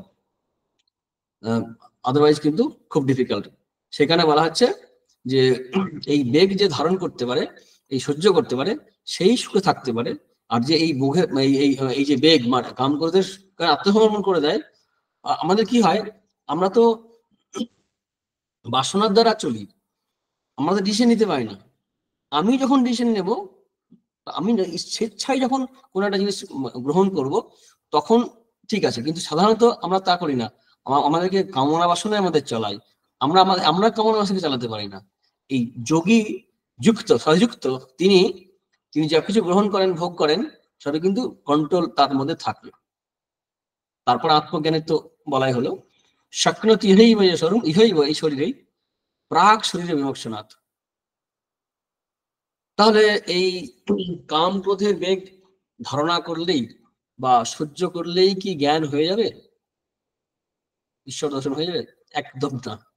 মা মীরাবাইয়ের আমরা এটা পড়েছি, আর গান আছে না, নিত্য নাহান সে হরি মিলে তো জলজন্তু হ্যায়, স্ত্রী শূন্য সে হরি মিলে সে বহুত রাহে খোঁজা, এই যে গান আছে, ফলমূল খানে সে বাদুর বাদরায়, অর্থাৎ ফলমূল খেলে যদি হতো তাহলে বাদুর আছে। তারপরে যদি প্রত্যেকদিন গঙ্গা স্নান করলে বা কোনো স্নান করলে যদি স্নান করলে যদি জ্ঞান লাভ হয়ে যাবে, ঈশ্বর লাভ হয়ে যাবে, তাহলে তো জলজন্তু অনেক আছে, অর্থাৎ মাছ প্রভৃতি অনেকে আছে। এগুলো নয়, ওখানে মীরাবাই ভক্তি মার্গের তিনি বলছেন কি, বিনা প্রেম সে নাহি মিলেন নন্দলালা, প্রেমের প্রয়োজন আছে। ঠিক একইভাবেই এখানে আত্মজ্ঞান শুধুমাত্র এটা নেগেটিভ অ্যাসপেক্ট, ত্যাগ বা কামক্রোধের বেগ সহ্য করা বা দূরে রাখা, এর দ্বারা এটা নেগেটিভ অ্যাসপেক্ট, এবং এটা রাখাও যায় না। যদি না পজিটিভ কিছু দিই, নেগেটিভ থেকে দূরে থাকাও যায় না। সেই কারণেই আমরা 25 নম্বর শ্লোক, সম্ভবত না 24 নম্বর শ্লোকে আছে, তিনি সুখ কোথায় খুঁজছেন, আগে আমরা পেলাম আত্মনি সুখম, সেই একই কথা বলছেন, ইয়ো অন্তঃসুখ অন্তর আরাম তথা অন্তর্জ্যোতি রেবয়া সাজগী ব্রহ্ম নির্বাণং ব্রহ্ম ভূত অধিগচ্ছেদে। 24 নম্বর শ্লোক। ইয়ো অন্তঃসুখ অর্থাৎ আত্মার মধ্যে সুখ অনুভব করছেন, বিষয় থেকে নয়। অন্তর আরাম, আরাম কথার মানে হচ্ছে ওই ক্রীড়া প্রভৃতি। আমাদের শাস্ত্রকাররা বলছেন, ভাষ্যকাররা, যে খেলাধুলো বা যা স্পোর্টস গেমস বা এই যে ট্যুর পিকনিক ঘোরাঘুরি যে আমরা করি, এগুলোকে আরাম বলা হয়। এই আরাম এর থেকে নয়, নিজের মধ্যেই সে ক্রিয়ার দ্বারা নয়, বাহ্য ক্রিয়ার দ্বারা নয়, অন্তরেই সে আনন্দ পাবে। অন্তঃসুখ অন্তর আরাম, অন্তরের মধ্যে সবকিছু হচ্ছে, আত্মার মধ্যে, চৈতন্যের মধ্যে। অন্তর জ্যোতি, তার জ্ঞান বা এর জন্য বাহ্য বিষয়ের জন্য না, একদম নিজের মধ্যেই সেই ব্যক্তি বা তিনি সহযোগী ব্রহ্ম নির্বাণং ব্রহ্ম ভূত অধিগচ্ছে, তিনি ব্রহ্ম হয়ে যান, মানে ব্রহ্মণী মানে সস্বরূপ উপলব্ধি করেন। ব্রহ্ম নির্বাণম, ব্রহ্ম নির্বাণ কথাটা আমরা দ্বিতীয় অধ্যায় পেয়েছিলাম, এসা ব্রাহ্মী স্থিত প্রাপ্য বিমুজতি সিদ্ধা সামন্ত কালে ব্রহ্ম নির্বাণম ইচ্ছতি। এটা আমরা 4-5 বার গীতাতে পাবো। এই 24, 25, 26 নম্বর শ্লোকে আছে, আবার এই দ্বিতীয় অধ্যায় 72 নম্বর শ্লোকে আছে। ব্রহ্ম নির্বাণ মানে হচ্ছে শ্রীধর স্বামীর টিকায় সুন্দর বলেছেন যে নির্বাণ কথা অর্থ বলছেন যে লয়ম অধিগচ্ছতি ব্রহ্মণী, অর্থাৎ ব্রহ্মে, মানে অর্থাৎ ওই যে সমুদ্রের জলের সঙ্গে বৃষ্টির ফোঁটা এসে মিশে গেল, বৃষ্টির ফোঁটা শেষ হয়ে গেল না, তিনি স্বস্বরূপকে ফিরে পেলেন, অর্থাৎ জলে মিশে গেলেন। একটা উপমা ওটা, অর্থাৎ আমার প্রকৃত স্বরূপ আমি জানবো, আত্মস্বরূপ যে সর্বব্যাপী বিভূরূপী সচ্চিদানন্দ, সেই স্বরূপে তার স্বরূপে অনুভূতি হবে। তার বাইরের, তার সেফটি সিকিউরিটি এবং সুখের জন্য বাইরের কোনো কিছুর উপর নির্ভর করতে হবে না। নিঃসন্দেহে এটা উঁচু অবস্থা, অনেক দূরের কথা, কিন্তু আমাদের এই টার্গেটটা আমাদের খেয়াল রাখতে হবে যে বাইরের কোনো কিছুতে নয়, সবটাই অন্তরে। সুখ আনন্দ অ্যাকচুয়ালি দৈনন্দিন জীবনে যে সুখ অনুভব করি আমরা, সেটাও কিন্তু ভিতর থেকেই পাই। বাইরের একটা উদ্দীপনার কাজ করে, উদ্দীপকের কাজ করে। খেয়ে যে সুখ হয়, সে তো খাবারে আর কি আছে, খাবার তো শুধু শরীর জিহ্বা প্রভৃতি শরীরের স্পর্শ করে ছুঁয়ে যায় মাত্র। সুখটা তো হয় মনে, মনেরই সুখকে জাগিয়ে দেয়। আর আমরা উদাহরণ দিয়েছিলাম সেই কুকুরের মাংস খাওয়ার উদাহরণটা, যে শুকনো হাড় চিবাচ্ছে আর রক্ত খাচ্ছে। শুকনো হাড়ে তো রক্তও নেই, আসলে চেবাতে চেবাতে কি হয়, ওই তার নিজেরই রক্ত দাঁত মানে মুখটা কেটে বেরোচ্ছে, সেটাই খাচ্ছে কুকুরটা আর আনন্দ পাচ্ছে, ভাবছে যে কি আনন্দ। তেমনি আমরা বাহ্য বিষয় সংস্পর্শে যে সুখ বা আনন্দ অনুভব করি, সেটা কিন্তু আমার নিজেরই আনন্দ, শুধু বাইরে প্রক্ষিপ্ত হচ্ছে বা বাইরে বেরিয়ে আসছে বা প্রকাশিত হচ্ছে, এটাই হচ্ছে বিষয় আনন্দ। কিন্তু ওই ভায়া বা মিডিয়া এই না করে সরাসরি অনুভব করা যদি হয়, এই অক্ষয়ম সুখম, তখন লাভ হবে। এই একই কথা পরে পরে বলবেন। সেই কি হবে না, এই ব্রহ্ম নির্বাণম লভন্তে, পরের শ্লোকে লভন্তে ব্রহ্ম নির্বাণম বিষয়ক্ষীণ কলমশা, তাদের সমস্ত পাপ চলে যায়, দ্বিধা সংশয় চলে যায়, ছিন্ন দ্বৈধা যথাত্মনা সর্বভূত হিতরাধা, এবং তার রেজাল্ট একটা কি হয়, তিনি সংযত পুরুষ এবং সর্বভূত হিতরাধা, তিনি সমস্ত এখানে মনে হতে পারে যে আত্মজ্ঞ ব্রহ্মজ্ঞ ব্যক্তি স্বার্থপর না, স্বার্থপর নয়। স্বার্থপর তারা ফিজিক্যাল লেভেলে কাজ করুক বা না করুক, স্বার্থপর কখনোই নয়। কারণ এরকম অনুভূতিমান ব্যক্তি, নারী বা পুরুষ যেই হন না কেন, জগতের কাছে আশীর্বাদ স্বরূপ। কারণ তিনি তার থাকা মানে জগতের পক্ষে কল্যাণের কারণ। তাদের ভাইব্রেশন, তাদের যে অনুভূতি থাকে, তাদের জগতের কল্যাণই হয়। এছাড়া তাদের ইচ্ছা যেগুলো হয় সব লোক কল্যাণকারী, জগৎ কল্যাণকারী হয়। এবং ফিজিক্যাল লেভেলে যদি তারা কাজ করে, সেবা কাজ যদি করে, সে তো করেই। আর আমরা আচার্যদের বা অবতারদের যারা দেখেছি অনুভূতিমান পুরুষ, তারা তো জগৎ কল্যাণের জন্য সবকিছু করে গেছেন। শঙ্করাচার্য কত শাস্ত্র লিখেছেন, কত জায়গায় তীর্থস্থান উদ্ধার করেছেন, মঠ করেছেন। কার জন্য করেছেন? সন্ন্যাসীদের জন্য না, সবার জন্য, জগতের জন্য, সবার জন্য। ঠিক তেমনি আচার্য অবতাররা যারা আছেন, তারাও জগতের জন্য আসেন। তো তারা সর্বভূতে হিতরতা হন, কারণ সর্বভূতে তিনি নিজেকেই তো দেখেন, কারণ স্বস্বরূপ। আর যদি ভগবান দৃষ্টিতে বলা হয়, তারই তো সব সৃষ্টি। তো তিনি সর্বভূতে হিতরতা। এই হচ্ছে জ্ঞানের লাভ, এই হচ্ছে জ্ঞানের লাভ। আইন পাশ করে, নিয়ম করে কোনো জগৎ সংসারের সবাইকে নিয়মিত করা যায় না, বশীভূত করা যায় না, কন্ট্রোল করা যায় না। কিন্তু যদি তার মধ্যে এই ভাবনা আসে, সমস্ত জীবের প্রতি ঠিক ঠিক প্রেম যদি আসে, তখন ভালোবাসা যদি আসে, তখন ঠিক ঠিক মানে এটাই, এই শ্লোকগুলোই প্রমাণ দেয় যে এই যে বারবার আমরা পড়ছি আসক্ত হওয়া, অনাসক্ত হওয়া, অনাসক্ত হওয়া, তার মানে কি পাথর হয়ে যাবে? তার কি ফিলিংস নেই? তার কোনো শেষ নেই? অসাধারণ ফিলিংস আছে, অসাধারণ সেন্স আছে। আরো বেশি করে ভালোবাসবে জগৎ সংসারকে, মানুষের মধ্যে ভালোবাসা আরো বেশি, আরো প্রবল হবে সাধারণের তুলনায়। কারণ সাধারণের ভালোবাসার মধ্যে স্বার্থ সুখ থেকে যায়, চা পাওয়া থেকে যায়, ইন্দ্রিয়ের স্পর্শের আকাঙ্ক্ষা থেকে যায়, আঘ্রান্ত মানে আকাঙ্ক্ষা থেকে যায়। কিন্তু এইখানে কোনো চা পাওয়া নেই, জাস্ট স্বভাব বশত ভালোবাসবে, জগতে হিত করবে, সর্বভূতে হিতরত হবে। সেটাই, সেগুলোই মানে ঘুরিয়ে ফিরে বলছেন। আর সেই যে তার আগের শ্লোকের সঙ্গে আবার লিঙ্ক করে আবার 26 নম্বর বলছেন কি, কাম ক্রোধ বিযুক্ত আনং যতিরং যত চেতসম অভিত ব্রহ্ম নির্মাণং বর্ততে বিদিতাত্মনম। এই এই শ্লোকের দ্বারা মোটামুটি শেষ হচ্ছে এই সন্ন্যাস যোগ বা কর্ম সন্ন্যাস যোগ এই অধ্যায়টা। কি বলছেন যে এই যে আগে যে বলা হলো কাম ক্রোধের বেগ সহ্য করার কথা, এখানে যে কাম ক্রোধে বিযুক্ত হয়ে সেই ইয়তি বা সাধক বা সন্ন্যাসী বা সাধক যেই হোক না কেন, যে সাধক তিনি সংযত চিত্ত, তিনি ব্রহ্ম নির্বাণ লাভ করেন। শুধু কি মৃত্যুর পরে না, উভয়ত। অভিত শব্দের অর্থ করা হয়েছে উভয়ত, অর্থাৎ শরীর থাকাকালীনও জীবন মুক্ত, শরীর যাওয়ার পর বিদেহ মুক্ত, অর্থাৎ দুই অবস্থাতেই তিনি ব্রহ্ম নির্বাণ লাভ করেন। ব্রহ্ম নির্বাণ মানে আলোচনা হলো বর্ততে বিদিত আত্মনাম, এই সমযোজিত চিত্ত, এই সম্যক দর্শন তার হবে। এখন এটা করতে গেলে কিছু সাধনার প্রয়োজন আছে। এই সাধনার কথা আবার ঘুরিয়ে ফিরিয়ে বলছেন। আমরা আগেই বলেছি দ্বিতীয় অধ্যায় তো মোটামুটি সব বলা হয়ে গেছে, কিন্তু আবার এই একই কথাই বলবেন, মাঝে মাঝে সাধনার কথা বলতে থাকবেন। এখানে শ্রীকৃষ্ণ অধ্যায় প্রায় এই আলোচনা প্রায় শেষ করে অধ্যায় তো ভাগ করেছেন ব্যাসদেব বা আমরা। তো এই যে সাধনার কথা একটু ছুঁয়ে দিচ্ছেন, অর্জুন আবার সেখান থেকে প্রশ্ন করবেন পরে পরে, বা পরের অধ্যায়ে আমরা পাবো এই সম্বন্ধে বলতে। এই যে মনকে সংযত করা, অন্তরঙ্গ সাধনের কথা কিছু বলবেন এখানে। পরের অধ্যায় হচ্ছে ধ্যান যোগ, তুমি সেই ধ্যানের প্রসঙ্গ, তারপর আস্তে আস্তে ভক্তি যোগ আসবে। এই ভক্তির প্রসঙ্গ পরবর্তী 3টি শ্লোকে বলছে। প্রথম 2টি শ্লোকে অর্থাৎ 27-28 নম্বর শ্লোকে তিনি ধ্যান যোগের ভূমিকা করছেন, যেন যে বিদিতাত্মা ব্যক্তি এই যে জ্ঞান লাভ করবে, তার সাধনা কি হতে পারে, অন্তরঙ্গ সাধন কি হতে পারে, সেইখানে ধ্যানের কথা বলছেন। ধ্যান ভীষণ ইম্পর্টেন্ট। মানুষের যত বিদ্যা বুদ্ধি অর্জন হয় সব একাগ্রতা থেকে। জ্ঞান লাভের ক্ষেত্রে একাগ্রতা প্রয়োজন নেই, অত্যন্ত প্রয়োজন আছে। সেই প্রসঙ্গেই শুরু করছেন পরবর্তী শ্লোকে। কি বলছেন? স্পর্শান কৃত্বা বহির্বাহ্যাং চক্ষুশ্চৈবান্তরে ভ্রুবঃ প্রাণাপানৌ সমৌ কৃত্বা নাসাভ্যন্তরচারিণৌ।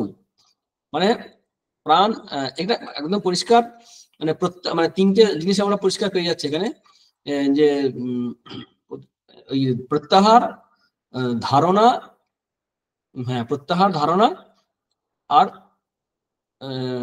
প্রাণায়াম, এই 3টে বিষয় এখানে পাচ্ছি। এবং কনসিকুয়েন্সটা পরে আর আমরা পাবো 6ষ্ঠ অধ্যায়ে গিয়ে। প্রত্যাহারটা কোথায় আছে? এই যে শ্লোকের আমরা প্রথম অংশটুকু পাচ্ছি, স্পর্শান কৃত্বা বহির্বাহ্যাং, অর্থাৎ স্পর্শ প্রভৃতি সবকিছুকে বাইরে ফেলে দেওয়া, দরজার বাইরে, ইন্দ্রিয়ের বাইরে সরিয়ে দেওয়া, এটা হচ্ছে প্রত্যাহার। তারপরে চক্ষুষ্ঠ এবং অন্তরে ভ্রুব, এটা হচ্ছে ধারণা। ধারণা কি? আমাদের যোগসূত্রে সূত্র আছে, যোগ দর্শনে, দেশবন্ধ চিত্তস্য ধারণা সূত্র। দেশবন্ধ চিত্তস্য মানে একটি মাত্র বৃত্তি দিয়ে বা বৃত্তির দ্বারা বন্ধ করে রাখা চিত্তকে, দেশবন্ধ চিত্তস্য মানে চিত্তকে একটা দেশে একটা জায়গায় বদ্ধ করে রাখা, মানে ফিক্স করে রাখা। সেটা কি কি হতে পারে? যেমন আজ্ঞাচক্র হতে পারে, হৃদয় হতে পারে, অনাহত আজ্ঞাচক্র হতে পারে, তারপর নাভিচক্রে হতে পারে, তারপরে মূর্ধনি, তারপর নাসিকাগ্রে, নাসিকাগ্রে হচ্ছে নাসিকা স্থির করার ত্রাটক বলা হয় যোগশাস্ত্রে। তো তার ত্রাটক যারা এখানে স্থির করে, নাকে নাসিকাগ্রে স্থির করে, জিহ্বাগ্রে, অনেক জায়গায়। এছাড়া বাহ্য যে প্রতিমা প্রভৃতি মূর্তি, এখানেও মন স্থির করা যেতে পারে। এই কোন একটা বিষয়ে মন স্থির করা অবশ্যই পজিটিভ হতে হবে, নেগেটিভ নয়। সেই বিষয়ে মন স্থির করাকেই বলা হচ্ছে ধারণা।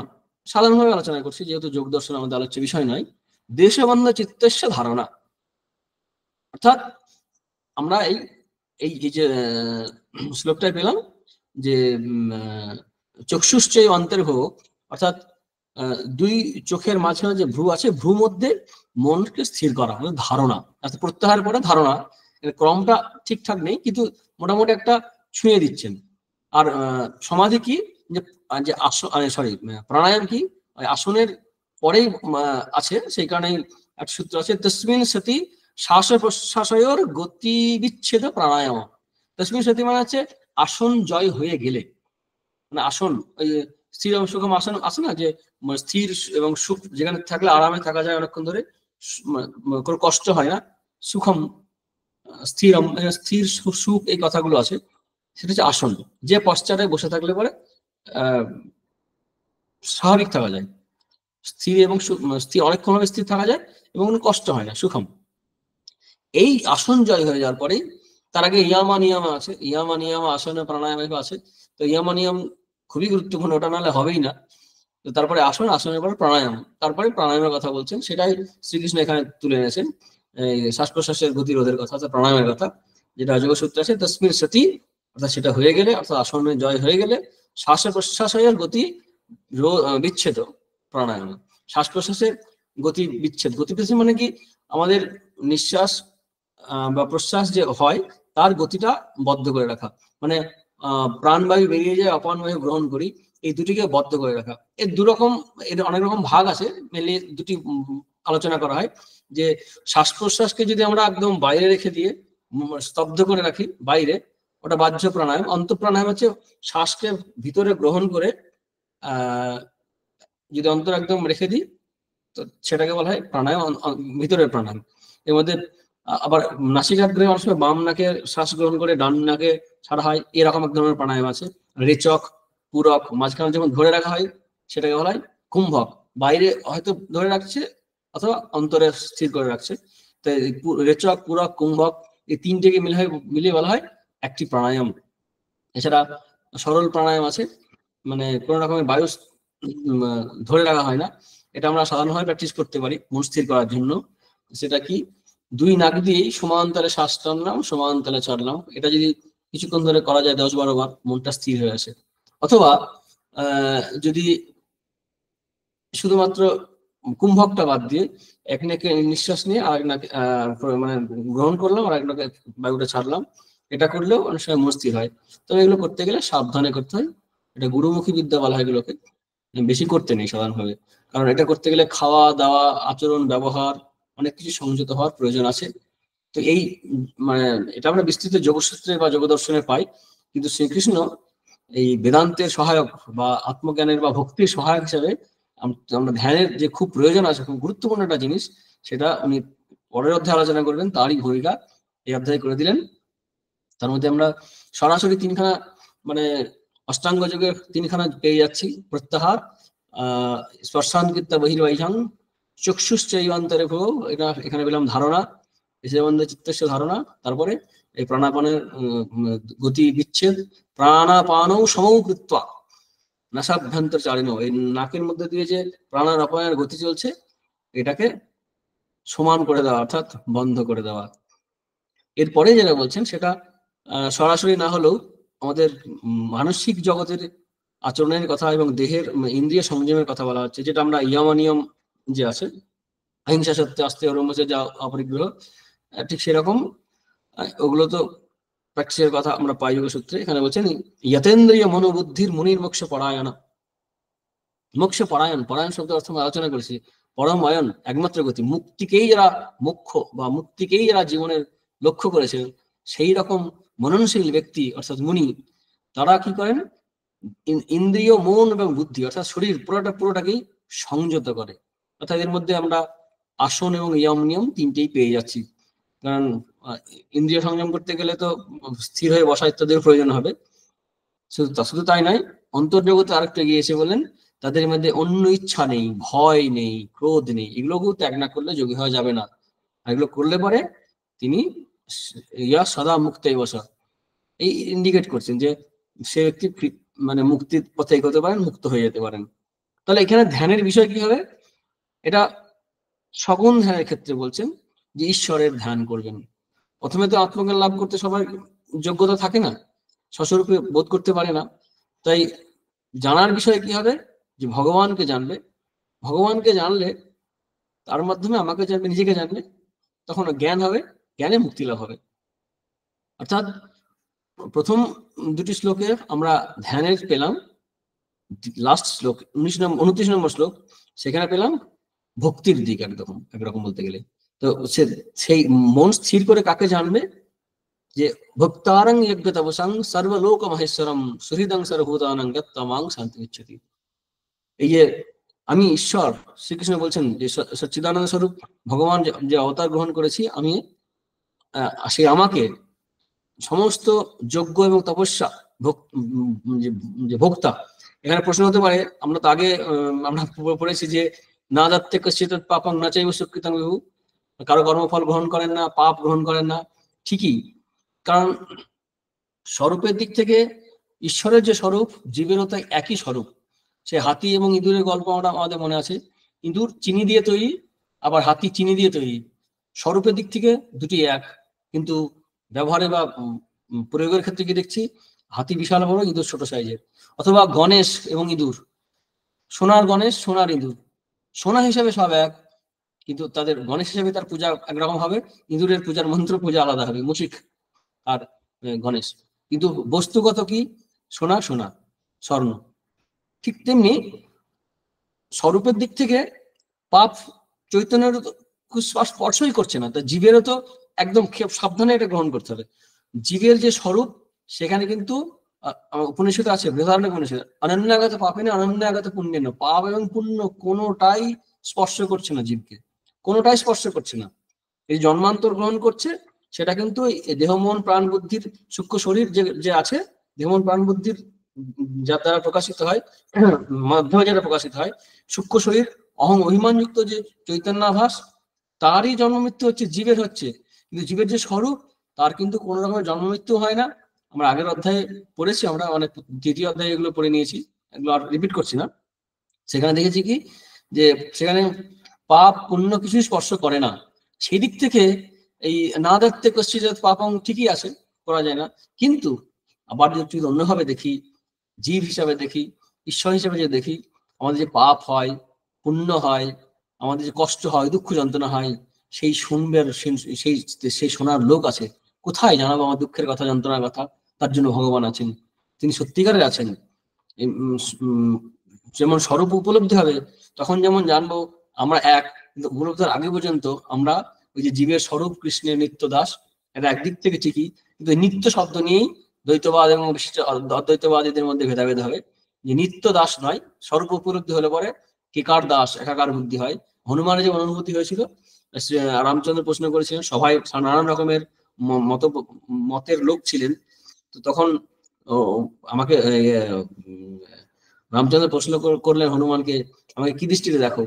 তখন বললেন যে দেহ বুদ্ধি দাস অস্মি, জীববুদ্ধি তদাংশ, আত্মবুদ্ধা তমে আহং ইতি মে নিশ্চিতামতি। যে দেহ বুদ্ধি হলে পরে আমি নিজেকে দাস বলে দেখি, আর আত্মবুদ্ধি হলে অংশ,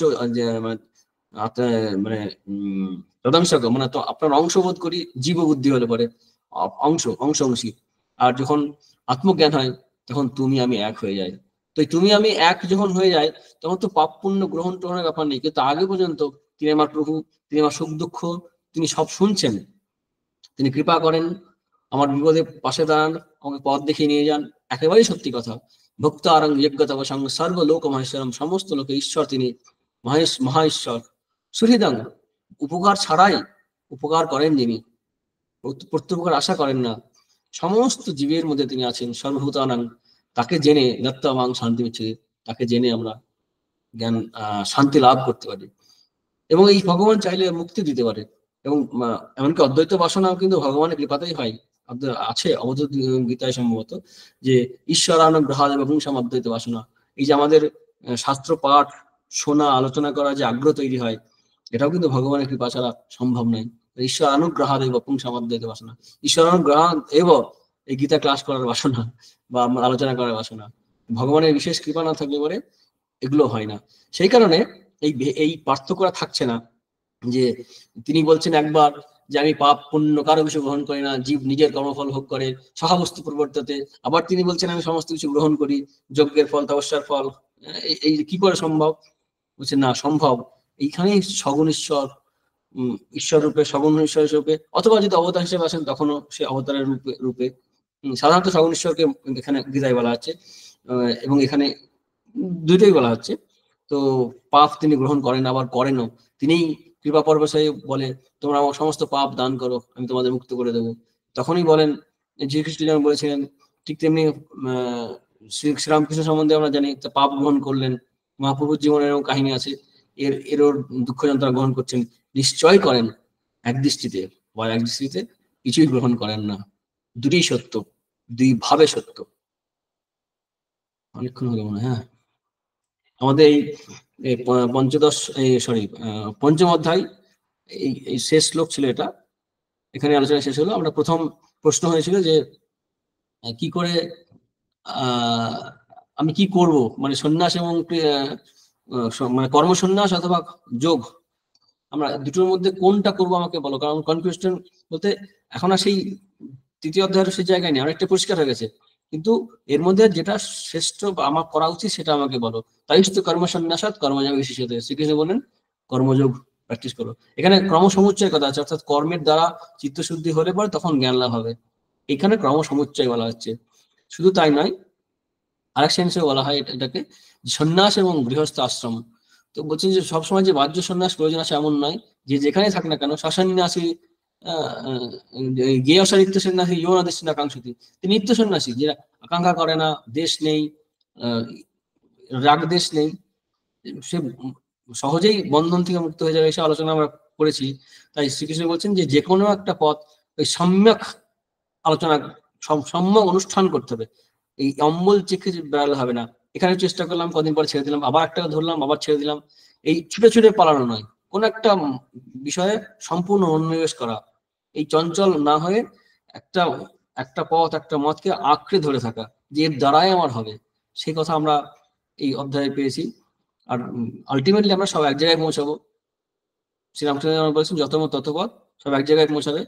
শুধু সিনসিয়ারলি ফলো করতে হবে, এটা হচ্ছে খুব ইম্পর্টেন্ট। সম্যক অনুষ্ঠান করতে হবে। তাই শ্রীকৃষ্ণ বলছেন সংখ্যাই প্রাপ্যতে স্থানং তজ্জবেরপি গম্যতে। তারপরে যদি যোগ্যতা না থাকে, তার যোগ্যতা অর্জনের জন্য কি বললেন, ব্রহ্মণ্য আধায় কর্মাণি সঙ্গং ত্যক্তা করতি যা, ঈশ্বরার্পণ বুদ্ধিতে কাজ করতে হবে। তাহলে পদ্মপাতায় যেমন জল স্পর্শ করে না, তেমনি পাপ স্পর্শ করবে না। এ প্রসঙ্গে জ্ঞানের কি অবস্থা, কোনো কর্মের সঙ্গে যুক্ত হয় না, সেগুলো বলা হয়েছে।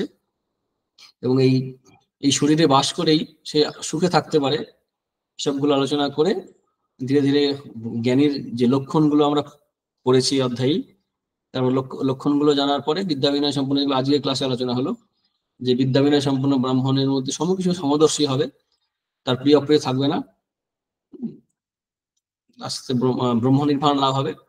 এবং সেই ব্রহ্ম নির্বাণ লাভ করার আগে আবার সেই যোগ্যতা অর্জনের জন্য যেমন কর্মের কথা বলছেন, ঠিক তেমনি ধ্যানের দ্বারা শুদ্ধ হওয়া যায়, ভক্তির দ্বারা শুদ্ধ হওয়া যায়, যোগ্যতা অর্জন করা যায়। সেখানে ধ্যান এবং ভক্তি এই দুটিরও লাস্ট 3টি শ্লোকে, লাস্টের একদম লাস্ট শ্লোকে ভক্তি এবং তার আগের 2টি শ্লোকে ধ্যানের যেন ভূমিকা করে দিলেন, যেটা 6ষ্ঠ অধ্যায়ে আমরা ধ্যান যোগ থেকে শুরু করা হবে। আপাতত এই পর্যন্ত।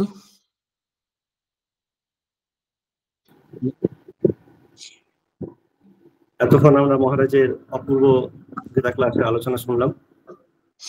আজকে পঞ্চম অধ্যায়ের সন্ন্যাস যোগ নামক বিষয়ে আলোচনা শেষ হলো। আজকের ক্লাসে যদি কারো কোনো জিজ্ঞাসা থাকে তো আপনারা করতে পারেন।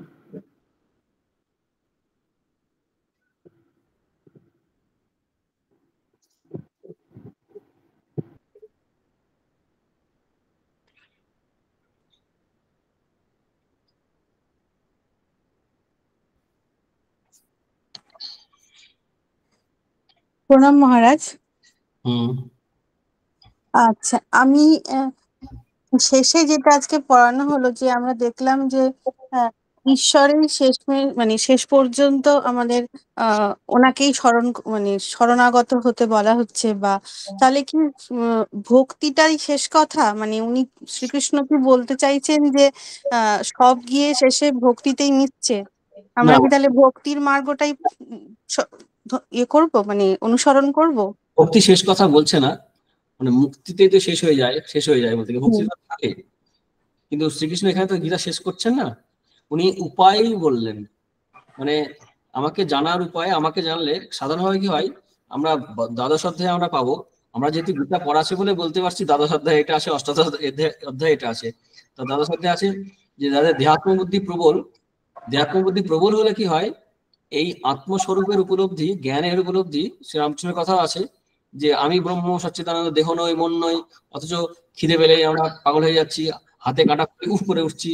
অর্থাৎ আমাদের দেহ বুদ্ধি এত প্রবল এই যুগে বা এই সময়ে যে আমরা জ্ঞানের সরাসরি প্র্যাকটিস করতে পারবো না। যে কারণ সাধন চতুষ্টয় সম্পন্ন হতে হবে, তারপরে যারা বেদান্ত পড়ে তারা জানে সাধন চতুষ্টয় সম্পন্ন হতে হবে। সেটা এক একটা গুণ অর্জন করাই আমাদের জীবনে, সারা জীবন সাধনা, কয়েকজনের সাধনা। সাধন চতুষ্টয় সম্পন্ন হয়ে কজন ব্যক্তি থাকে না। সমদমাদি সৎসম্পত্তি, তারপরে বৈরাগ্য অবলম্বন, অনেক কিছু আছে। সাধন চতুষ্টয় সম্পন্ন যে প্রমাতা হবে, যে জ্ঞান, যে ব্যক্তি, সেরকম পাওয়া যায় না। সেই কারণে সংসারে আসক্তি আছে, ভগবানকেও ভালো লাগে, সহজেই ভগবানে মন দিতে পারবে, ভগবানকে ভালোবাসতে বাসতে একসময় জগৎ সংসার তার কাছে নিরাশ বোধ হবে, তাতে যেতে সুবিধা হবে। ভোগাসক্তি প্রবল, সেই কারণেই ভক্তি পথে তাদের পক্ষে খুব সহজ। এমনিতেই মানুষের ভগবানেও মন যায় না, সংসারেই লিপ্ত থাকে, কিন্তু ভক্তি পথে দুটোতে আসবে। আর ধ্যানের ক্ষেত্রে কি হয়, ধ্যান সবাই বুঝতে হবে একটুতেই, যে আমাদের আসলে কি হয়, চারটে ফ্যাকাল্টি আছে। একটু জানতে চাই জ্ঞান, আমাদের চুপচাপ থাকতে চাই, মাঝে মাঝে সবার সঙ্গে থাকতে থাকতে মাঝে মাঝে ভালো লাগে না, যে মাঝে মাঝে মনে হয় না যে একটু একা থাকি, কিছু ভালো লাগছে না, একা থাকতেও ইচ্ছা হয় মাঝে মাঝে। একটা বৃত্তি, একটা আমাদের প্রাণ আছে, এনার্জি আছে, সেটাকে সংযত করা, মনকে স্থির করার একটা ইচ্ছা হয়, সেটা ধ্যান। আমাদের অ্যাক্টিভিটি, কর্ম প্রবৃত্তি আছে, সেখানে কর্ম। এই তারপরে এই ভক্তি, অর্থাৎ চারটে ফ্যাকাল্টি আমাদের, মানে অলরাউন্ড ডেভেলপমেন্ট করতে গেলে চারটে ফ্যাকাল্টি ডেভেলপ করার প্রয়োজন আছে। কিন্তু সাধারণভাবে দেখা যাবে, যেহেতু আমাদের মন, এটা খেয়াল রাখতে হবে, মন যেহেতু একটা সুখ চাইছে, ভোগে চাইছে, সেইটা বিষয়ানন্দ থেকে ভজনানন্দে নিয়ে যাওয়া, তারপর একসময় ভগবত আনন্দ এবং ব্রহ্মানন্দ হবে। তো ভজনানন্দের ক্ষেত্রে ভগবানের নাম, গুণগান, জপ, ধ্যান, প্রার্থনা ইত্যাদি থেকে মনটা জমানোর সুবিধা হয়। সেই কারণে লাস্ট মানে এটা উপায় হিসাবে লাস্টে বলছেন, কারণ বেশিরভাগ মানুষ হচ্ছে এই কর্ম ভক্তি এই মিশ্রিত এই অবস্থাতে থাকার যোগ্য। কারণ জ্ঞানের, শুধুমাত্র জ্ঞান যোগের যে সাধনা, সাধন চতুষ্ট সম্পন্ন হয়ে শ্রবণ মনন নিধিধ্যাসন এগুলো করবে, এই যোগ্যতা খুব কম জনের আছে। তাই এই পথ অবলম্বন করা দরকার। এবং মন সংযত করার জন্য অন্তরঙ্গ সাধন হিসাবে শ্রীকৃষ্ণ শুরু করছেন এই ধ্যান যোগের প্রসঙ্গ। ঠিক আছে, উপায় শেষ কথা নয়, কিন্তু যে প্রশ্ন ছিল শেষ কথা না, শেষ নয়, কিন্তু এই জন্ম হয়তো কারো ক্ষেত্রে এটাই শেষ, যে ভগবানের কাছে যাবে, ভগবানকে লাভ করতে চায়। ঠিক আছে মহারাজ, মানে ভক্তির মাধ্যমে মনটাকে খুব তাড়াতাড়ি ভগবানে বা মানে কনসেন্ট্রেট করা সম্ভব হচ্ছে, তার জন্যই এখানে একদম। কারণ একটু বলা হয়েছে যে আমরা যে বিষয়ে ভালোবাসি সেই বিষয়ে মন যায়, আবার যদি কোনো একটা বিষয়ে মন দিই তাহলে সেই বিষয়ে ভালোবাসা তৈরি হয়ে যায়। সাবজেক্ট হতে পারে, মানুষ হতে পারে, কারণ প্রত্যেক বিষয় হচ্ছে অস্থি ভাতৃপ্রিয়। এবং নামরূপ, এটা মিলিত জগৎ। প্রত্যেক জগতের প্রত্যেক বস্তু ব্যক্তি সবের মধ্য দিয়ে কিন্তু এই অস্থি ভাতি প্রিয় অর্থাৎ সচ্চিদানন্দ আছে, তার সঙ্গে নামরূপ আছে। এই নামরূপের আড়ালে যে সচ্চিদানন্দ আছে সেটাই তো আমাদের টানে। সেই কারণে আমরা যে কোনো বিষয়ে যদি মন দিই সেই বিষয়ে ভালোবাসা তৈরি হবে, আবার যদি ভালোবাসা থাকে সহজে মন যাবে। এই কারণে ভক্তিপত্রে আমাদের ক্ষেত্রে সুবিধা হয় অনেকের ক্ষেত্রে। আর বিশেষ করে এই যুগে তো অনেক বেশি আমাদের মানে আসক্তি লালসা জগৎ বিষয়ে তো খুব বেশি প্রবল। সেই কারণে এই কাজের সঙ্গে সঙ্গে ভক্তিটা, আমি এটা ব্যক্তিগতভাবে মানে আমার অনুভূতি বা বিভিন্ন আলোচনা করে যেগুলো শুনেছি সেখান থেকে বলছি যে এই ভক্তি এবং কর্ম এই দুটোকে জয়েন্টলি নিয়ে যাওয়াটা খুব জরুরি। কারণ ভোগাসক্তি প্রবল থাকার জন্য আমাদের মন ওইদিকে চাইছে, সেখানে মনটাকে এমন কিছু খাওয়া দিতে হবে যা ভগবানমুখী করবে। সেই কারণে এটা খুব সুবিধা। আর কাজ করতে হবে, নাহলে তমগুণ এসে যাবে। কাজ দরকার আছে, অ্যাক্টিভিটি। আবার এত কাজ করা চলবে না যে কাজ থেকে আবার বেশি হয়ে যাবে, অবসন্ন হয়ে যাবে, মনটা আবার দুর্বল হয়ে যাবে। কাজও ব্যালেন্স করতে হবে, ভক্তির জন্য সময় দিতে, আলাদা করে সময় দিতে হবে। ভক্তি তো কাজের মধ্যেই ভক্তি হতে পারে, ভালোবাসার জন্য আলাদা সময় দরকার হয় না, কাজের মধ্যে ব্যবহারের মধ্যে ভালোবাসা হয়ে যায়, কিন্তু তবু আলাদা করে সাধনা হিসেবে ভক্তির প্র্যাকটিস করতে হবে। এটা পরবর্তীকালে বলবে না অনেক জায়গায়। তো এই ভক্তির যে সাধনা যে আমরা করব সেটা খুব একটা জরুরি জিনিস। আর ভক্তি যোগের আবার বিপদ আছে, পরে পরে আমরা বলবো যে ভক্তি পথে যেতে গিয়ে অনেক, যেমন কর্মযোগে বলেছিলাম কর্মযোগের দোষ হয়, জ্ঞানের ক্ষেত্রেও যেমন দোষ হয়, যে শাস্ত্র পড়ে একটা অহংকার তৈরি হয়, লোকের কাছে জ্ঞানের কথা বলে বাহবা নিতে যায়, সাধনা না করে একটা সুখ হয়। যেমন শাস্ত্র পড়লে সাহিত্য পড়লে সুখ হয়, তেমনি গীতা উপনিষদ প্রভৃতি শাস্ত্র পড়লে একটা সুখ হয়। সেই সুখে মত্ত হয়ে থাকলে সাধক সাধনার গভীরে যেতে চায় না অনেক সময়। এইগুলো ভেবে পড়াশোনা করেই চর্চা করে এবং লোককে বলে আনন্দ করে, এবং এটা ভালো জিনিস, কম্পারেটিভলি অনেক ভালো বিষয় সুখের থেকে, কিন্তু সাধকের উন্নতিটা হতে চায় না। সেখানে শাস্ত্রানন্দ ভজনানন্দ নয়, বিষয়ানন্দ নয়, শাস্ত্রানন্দ থেকেও আমাদের এগিয়ে যেতে হবে। জ্ঞানীর অনেক এই বাঁধনে পড়ে যায় অনেক সময়, তারও অহংকার তৈরি হয়ে যায়। আমি আবার মজা করে বলি না, মানে একটা আমার অহংকার নেই, এটা একটা অহংকার হয় অনেক সময়। জ্ঞানী মনে হয় আমার তো সচ্চিদানন্দ স্বরূপ, আমার অহংকার নেই, কিন্তু ওটা একটা অহংকার যে অন্যের থেকে ভালো বুঝে, অন্যেরা বোঝে না, অন্যরা সব নিচু নিচু পথ ফলো করে, আমি একদম জ্ঞান মার্গে আছি, শ্রেষ্ঠ পথ। এটাও অহংকারের কারণ, অহংকার হতে পারে এখান থেকে। সেগুলো থেকে সাবধান থাকতে হবে।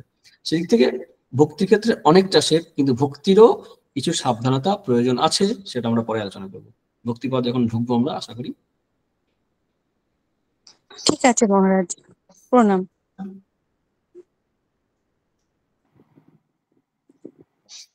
মহারাজ আজকে মনে হয় সময় খুবই কম। হ্যাঁ ঠিক। হ্যাঁ মহারাজ, তো আজকে সামগ্রিকভাবে আমরা গীতা ক্লাসে যে আলোচনা শুনলাম এবং প্রশ্নোত্তর পর্ব শুনলাম, তা খুবই অপূর্ব সুন্দর আমাদের কাছে মনে হয়েছে। সামগ্রিক গীতা ক্লাস আলোচনায় যে বিষয়গুলো উঠে এসেছে আমার চোখে পড়েছে, সেই রকম বিষয় কয়েকটা আমি উল্লেখ করতে চাই। যেমন জ্ঞানে অদ্বৈত ভাব, ক্রিয়াতে দ্বৈত ভাব, জ্ঞানীর সর্বত্র সমত্ব ভাব উপলব্ধি, আইসক্রিমের দ্বারা ভোগ বাসনার ব্যাখ্যা, বীরবলের কাহিনী, স্বামী তুরানন্দজির চিন্তনে অবতারণা, স্বামীজির প্রসঙ্গ, অবতারবাদ, প্রত্যাহার, ধারণা, প্রাণায়াম, ধ্যান, সবকিছুই নাম এবং রূপে ভিন্ন হলেও সর্বত এক, ঈশ্বর অনুগ্রহ, বাহ্য সন্ন্যাস এবং অন্তঃসন্ন্যাস, এইগুলো আপনার আলোচনার যে বিষয় ছিল। আর প্রশ্নোত্তর পর্বে গৌতমজি খুব সুন্দর একটা প্রশ্ন করেছিল যে ভক্তি পথই মুক্তির উপায় কিনা। তো সিদ্ধান্ত প্রায় এটাই হলো যে সবই দরকার, কিন্তু সবচেয়ে সরল মার্গ হচ্ছে ভক্তি মার্গ। এরকম ভাবে আজকে অপূর্ব ভাবে আজকে ক্লাস আলোচনা হয়েছে, এবং সময়ের অভাবের জন্য আমরা আর বেশি প্রশ্ন নিতে পারছি না। আজকে ক্লাসের পক্ষ থেকে, সকলের পক্ষ থেকে মহারাজকে আমার সশ্রদ্ধ প্রণাম এবং ভক্তি জানাই, এবং আজকের ক্লাস শেষ করার জন্য অনুরোধ করছি মহারাজ।